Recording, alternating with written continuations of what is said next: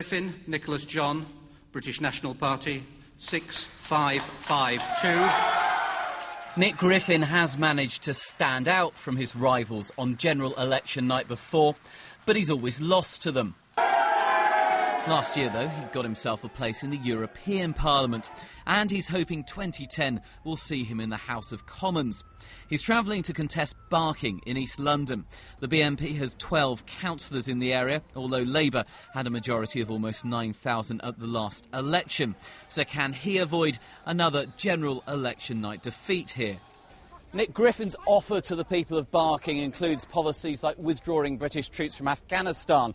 It's not his only thoughts on foreign affairs, though. Last week, on his Twitter and Facebook site, he said of the help being sent to Haiti, sending aid to rioting ingrates while our own people die is stinking elite hypocrisy. I think that plenty of people in places like Barking know old-age pensioners who are having to make a choice at present between heating their homes or eating, and people are really angry about the way in which the political elite in general, and the Labour Party in particular, throw foreign aid around where our own people are literally dying in the cold. Some are looking forward to a fight with the BNP. The UK Independence Party has sent a boxing promoter into the contest, and he's selling a policy UKIP and the BNP now share, a ban on wearing a veil in public. But I think the majority of British people would like to see the veil banned.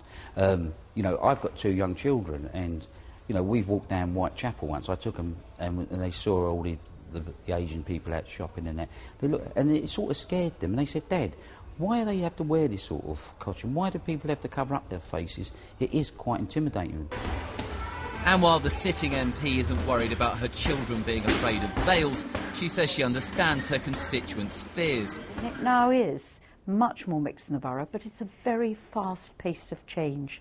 And if your neighbours suddenly change, and if the shops start to change, and if the children at school are different, that causes fear. And that's what the BNP are trying to exploit.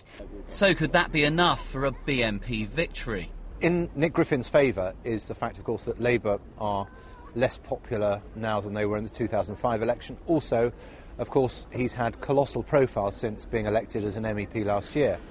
However, it is notoriously difficult, nigh on impossible, for minor parties to get a look in at national elections. Thank you very much. At the last general election, this party won nothing and lost 85 deposits.